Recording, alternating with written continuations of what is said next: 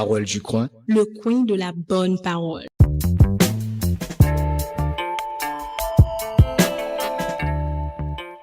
Bienvenue dans Parole du coin, le podcast où les proverbes prennent la parole et la vie quotidienne devient une leçon de sagesse.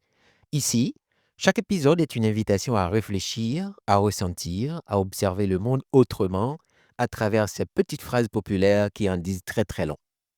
Entre philosophie de trottoir et sociologie de comptoir, on explore ensemble comment les mots d'hier éclairent les réalités d'aujourd'hui. Installez-vous, ouvrez l'esprit et laissez parler la parole du coin. Et oui, maintenant, faisons place à la sagesse du jour. C'est un proverbe, certes, c'est une phrase transmise de bouche à oreille, de génération en génération, qui est simple en apparence, mais profonde comme un puits sans fond. On va l'écouter, on va le décortiquer, on va voir comment il résonne dans nos vies d'aujourd'hui. C'est quoi ce proverbe? C'est quoi cette sagesse? Eh bien, c'est « sac vide, pas campé ». Sac vide, pas campé. Littéralement, en français, ça fait « un sac vide ne tient pas debout ». Et vous? Votre sac aujourd'hui, il est vide ou il est rempli?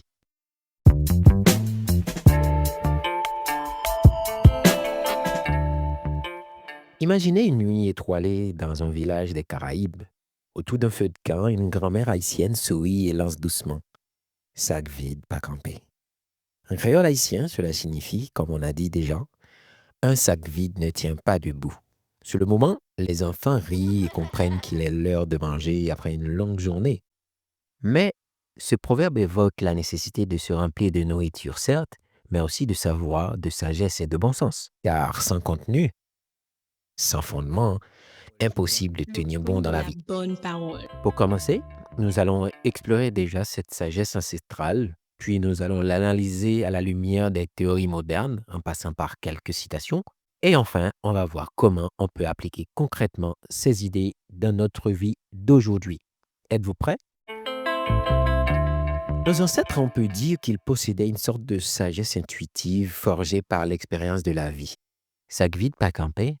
Ce proverbe qui a été transmis de génération en génération, qui est passé de culture en culture, mais qui a toujours gardé un sens bien particulier.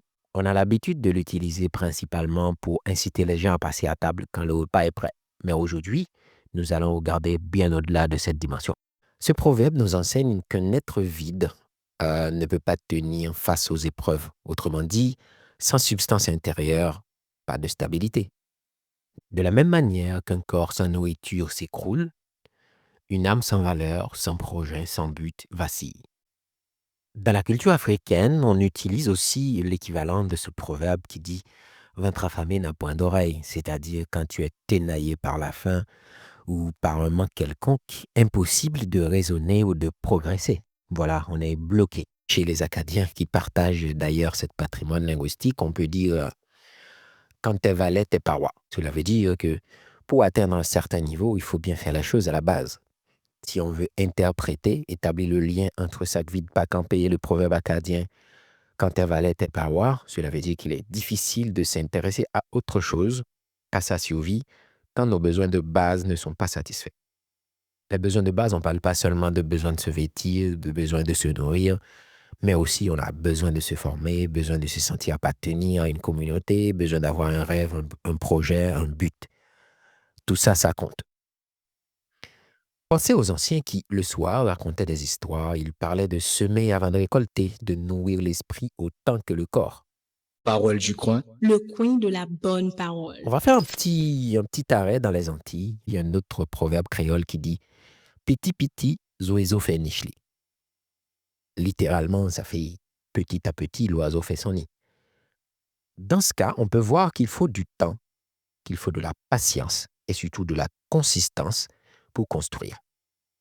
L'oiseau, il lui faut du matériau, c'est-à-dire brin par brin, petite branche par petite branche, il construit son nid pour le rendre solide, pour abriter ses œufs et ses petits.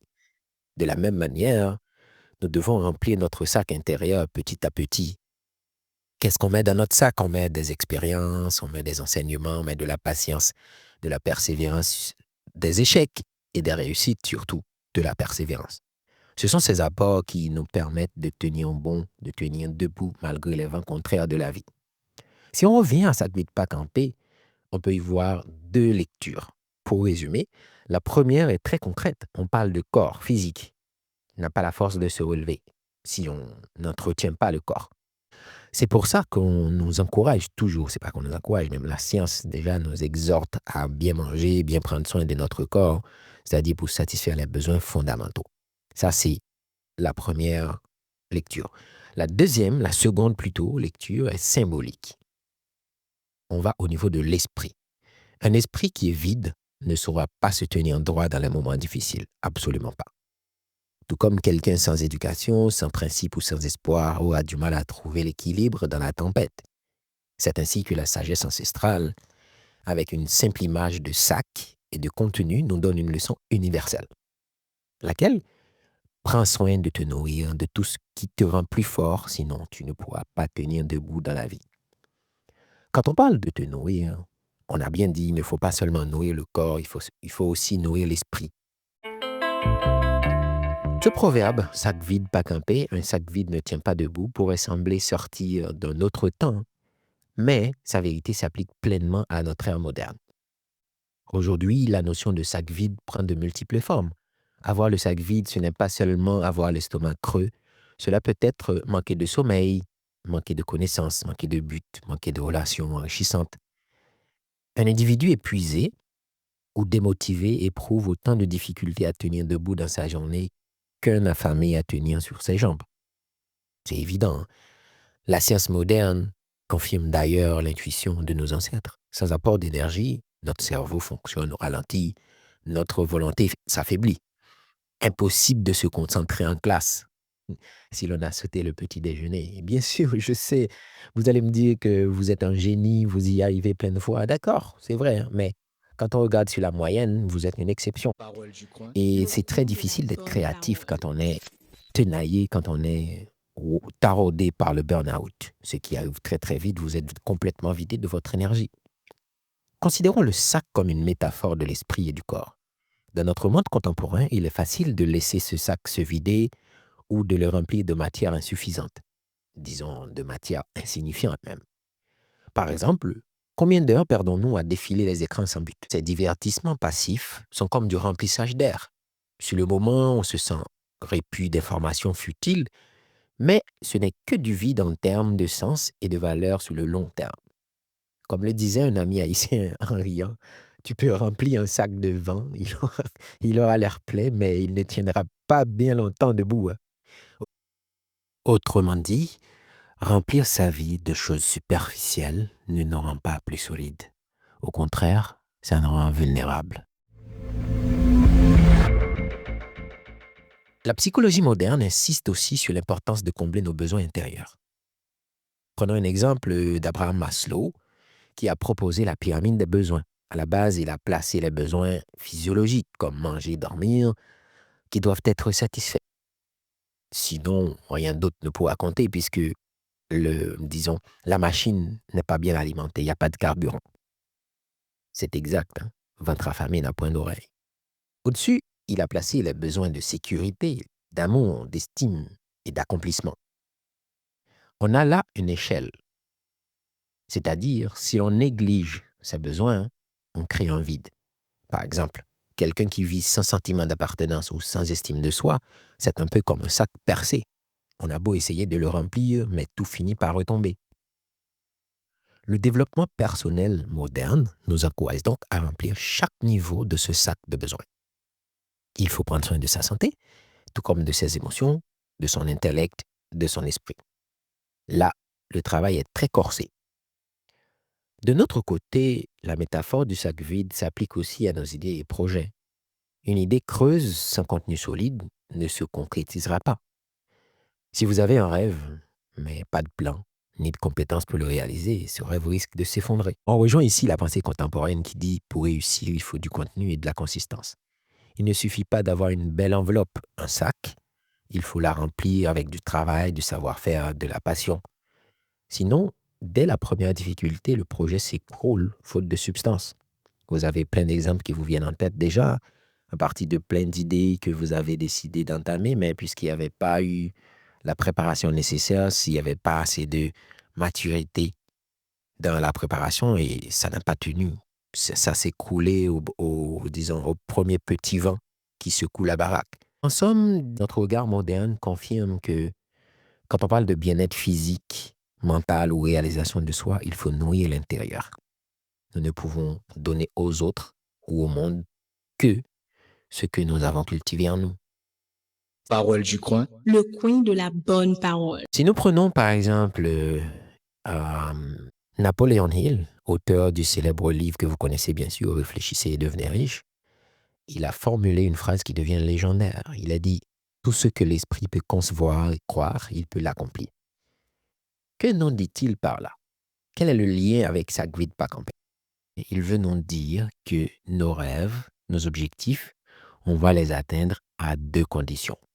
D'abord, nous les imaginons et nous y croyons fermement ensuite. En d'autres termes, il faut remplir notre esprit d'une vision claire et d'une foi solide pour que cette vision tienne debout dans la réalité. Si notre esprit est rempli de doutes, rien de grand ne se concrétisera. Il nous enseigne que c'est en remplissant notre mental de buts et de confiance que l'on donne vie à nos aspirations. Prenons l'exemple d'une jeune femme qui rêve de créer son entreprise. Si elle nourrit son esprit d'idées, qu'elle visualise son succès et croit en son projet, petit à petit, elle va poser des actions et surmonter les obstacles. Son esprit plein de conviction la maintiendra debout même face aux échecs temporaires. À l'inverse, sans vision ni croyance, son projet restera lettre morte. C'est exactement l'application de Sagvit Pakampe. Une tête vide de rêve ne peut pas se lever pour accomplir quoi que ce soit. C'est pareil, moi aujourd'hui qui vous parle, j'ai dû passer beaucoup de temps à faire des recherches, parler à des amis, rencontrer des gens avant de pouvoir créer ce premier épisode du podcast en vous parlant de Sagvit Pakampe. Parce qu'avant, je ne pouvais pas visualiser comment vous parler, mais après plein de réflexions, plein d'échanges, finalement, j'ai vu que voilà la méthode que j'ai utilisée. Il y a aussi Bob Proctor qui nous dit que les pensées deviennent des choses. Si vous pouvez le voir dans votre esprit, vous l'aurez dans votre main. Il rejoint Napoléon Hill en disant qu'il faut remplir notre esprit de bonnes choses si on veut accomplir de grandes choses. Sagvit Pakampe, c'est un proverbe qui est rempli d'images, qui a une double face, comme on avait dit. Parole du coin. Le coin de la bonne parole. Que ce soit par l'action, la connaissance, la pensée positive, la foi en un projet ou le soin de soi, notre succès extérieur et notre impact sur le monde découlent de ce que nous avons cultivé en nous-mêmes. Si vous ne mettez rien dans votre sac, comment pourra-t-il vous soutenir? À l'inverse, plus vous le remplissez de nourriture saine pour le corps, le cœur et l'esprit, plus vous pourrez marcher loin, droit et serein. Qu'en est-il dans la vie quotidienne? À ce stade, nous avons voyagé dans la sagesse des anciens, aux voies des coachs modernes. Il est temps de passer à l'action, de réfléchir comment vous pouvez remplir votre sac au quotidien. Je vais maintenant m'adresser directement à vous en vous proposant des pistes concrètes. Chacune de ces idées est une manière de remplir un peu plus votre sac, de sorte qu'il puisse tenir bon et vous porter vers vos objectifs. Prenons ces conseils comme un menu d'action positive à choisir. D'abord, le plus important, il faut nourrir le corps. Il faut lui donner à manger. Parce qu'un sac vide va s'écrouler. Ça ne tiendra pas. L'autre étape, c'est de nourrir votre esprit. Comment vous pouvez nourrir votre esprit? Vous lisez un chapitre d'un livre inspirant. Vous écoutez une conférence motivante. Vous suivez une formation en ligne. Vous apprenez un nouveau mot, une nouvelle recette. Ou n'importe quoi qui vous enrichit. Parce que le meilleur investissement que vous pouvez faire, c'est en vous-même. Plus vous en savez, plus vous vous sentez confiant et outillé pour faire face aux défis. Un esprit bien rempli de savoir peut se tenir debout face à l'inconnu, là où l'ignorance ferait vaciller. Pour continuer, vous pouvez cultiver des pensées positives. C'est très à la mode aujourd'hui. Pensées positives, répéter des mantras. Mais ce n'est pas juste ça. Au lieu de vous laisser ténailler par des idées négatives, essayez plutôt de dire « Je suis capable d'apprendre et de grandir », tout comme je vous jure, avant de réaliser cet épisode, j'ai été 80 000 fois découragé, mais à chaque fois, je me suis dit « Non, Johnny, tu vas y arriver. » Et me voilà, je vous parle, vous m'écoutez maintenant. Et je vais lire vos commentaires. Et comme ça, j'aurai encore un autre épisode.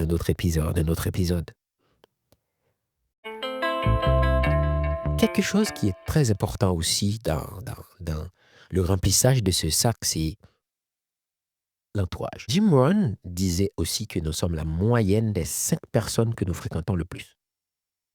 Regardez autour de vous. Avec qui passez-vous le plus de temps? Ces personnes remplissent-elles votre sac ou le vident-elles? Cherchez la compagnie des gens qui vous inspirent, qui vous tirent vers le haut. Un ami qui vous encourage dans vos projets, un collègue qui partage volontiers ses connaissances, un mentor qui vous transmet son expérience. Chacun de ceux-là ajoute quelque chose de précieux dans votre sac. Des encouragements, des conseils, de l'énergie positive. À l'inverse, si quelqu'un autour de vous ne fait que vous critiquer, vous démoraliser ou vous maintenir dans un vide, par exemple, passer des soirées à ressasser des plaintes sans jamais agir, prenez un peu de distance saine parce que votre entourage est comme l'environnement de votre jardin intérieur. Assurez-vous qu'il l'arrose au lieu de le dessécher. Parfois, cela signifie chercher des nouvelles voies autour de soi.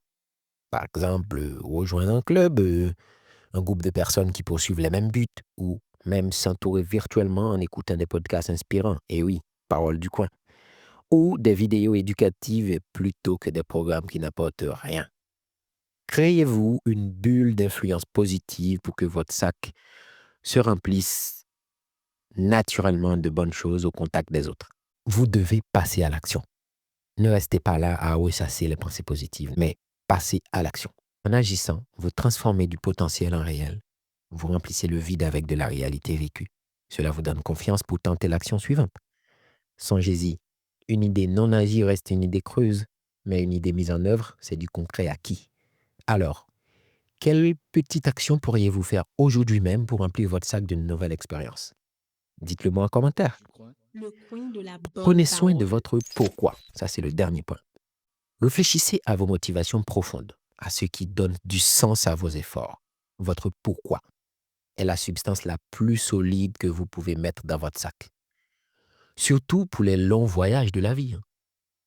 Si vous savez pourquoi vous faites quelque chose, par amour pour vos proches, par passion, par désir, alors, dans les moments difficiles, ce pourquoi fera le contrepoids et vous empêchera de tomber. Par exemple, l'étudiant qui traverse une période d'examen stressante pourra tenir bon en se rappelant qu'il étudie pour réaliser son rêve d'enfance. C'est comme une pierre lourde de sens au fond du sac qui le stabilise malgré les tempêtes du stress. Prenez quelques instants pour écrire ce qui compte vraiment pour vous, ce qui vous motive à vous lever le matin. Affichez les raisons quelque part visibles. Moi qui vous parle actuellement, partout dans ma chambre, c'est marqué « Parole du coin », le podcast qui fait rêver, le coin de la bonne parole. Je regarde ça tout le temps. Et à chaque fois que vous regardez ça, cela va vous recharger. Je vous jure, je sais de quoi je parle. Un sac rempli de sens et de buts ne se renverse pas au premier obstacle venu, car il a un centre de gravité fort. Voilà quelques pistes concrètes pour remplir votre sac intérieur. Il ne s'agit pas de tout faire en même temps. Même un petit pas compte. Tout comme l'eau finit par casser une pierre ou faire effondrer une maison juste en tombant par petites gouttes. Allez-y, lancez-vous par petites bouchées. Moi, j'avais l'habitude de vouloir tout faire en même temps, mais au final, je me suis rendu compte que pierre qui roule n'amasse pas mousse. D'ailleurs, j'aimerais bien parler de ce proverbe dans un épisode aussi. Chers auditrices, chers auditeurs, je vous invite à faire un petit exercice mental maintenant. Pensez à votre journée ou votre semaine en cours. Qu'avez-vous prévu qui va remplir votre sac? Peut-être lire un livre qui vous intrigue, passer du temps de qualité avec un être cher, méditer quelques minutes ou apprendre un mot d'une autre langue. Je vous invite à visualiser ces moments comme des objets que vous placez dans votre sac. Ressentez la satisfaction de ne pas finir la journée le sac vide. Et si à l'inverse, vous repérez des moments perdus au creux, des heures passées à scroller sans but ou à ruminer, sans vous juger, imaginez comment vous pourriez les remplacer ou les équilibrer par quelque chose de plus nourrissant. Par exemple, vous pouvez transformer 30 minutes de réseaux sociaux en 30 minutes d'une activité ou 30 minutes de podcast Parole du coin. Une chose à la fois. Nous arrivons au terme de notre petit voyage d'aujourd'hui. Autour de ce feu imaginaire, nous avons écouté la voix des anciens et celle des nouveaux sages. Elle concorde dans un message simple mais profond. Pour tenir debout dans votre vie, dans la vie, il faut remplir votre sac, votre corps, votre esprit, votre cœur, avec ce qu'il y a de meilleur. Regardez devant vous le chemin que vous empruntez. Est-ce que votre sac est bien ajusté sur vos épaules, suffisamment rempli pour vous tenir droit? Sinon, qu'allez-vous ajouter dès aujourd'hui pour le rester positivement? Chaque petit geste compte. Chaque nouvelle habitude, chaque nouvel apprentissage, chaque acte de courage est un poids de plus du côté de votre accomplissement. Et lorsque la vie vous bousculera, assurément, vous serez bousculé. Ces poids vous garderont ancrés. Vous ne tomberez pas parce que vous aurez pris le temps de construire la force en vous et la sagesse nécessaire. Chère auditrice, chers auditeurs, j'aimerais bien que vous repartiez de cet épisode avec une image forte en tête, presque comme un mantra que vous devrez visualiser jour après jour, nuit après nuit. Ressentez-en la solidité et la stabilité. Dites-vous que vous méritez de remplir votre sac de belles choses, de bonnes choses. Votre temps et votre énergie sont vos trésors. Investissez-les en vous-même. Ce n'est ni égoïste ni vain. C'est au contraire la condition pour pouvoir aider, aimer, créer et traverser ce qui vous attend. Comme un arbre puise dans ses racines pour se tenir droit vers le ciel, puisez dans vos sources intérieures. Enracinez-vous dans la sagesse ancestrale. Ouvrez-vous aux méthodes modernes. L'alliance entre les deux est très puissante. Imaginez vos ancêtres marchant à vos côtés, vos grands-parents, vous rappelant de ne pas partir le cœur vide.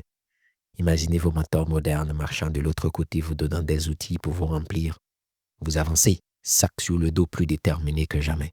En faisant le point sur votre journée, qu'avez-vous mis dans votre sac aujourd'hui? Qu'allez-vous y mettre demain? Et ces deux petites questions posées chaque soir peuvent vous guider pour vivre une vie plus intentionnelle et plus riche de sens. Et voilà, la parole est sortie du coin. Le proverbe s'éloigne, mais l'écho demeure. Ce que vous venez d'entendre n'est peut-être qu'un murmure, mais certains murmures traversent les âges. Si cette parole a éveillé quelque chose en vous, offrez-la au monde.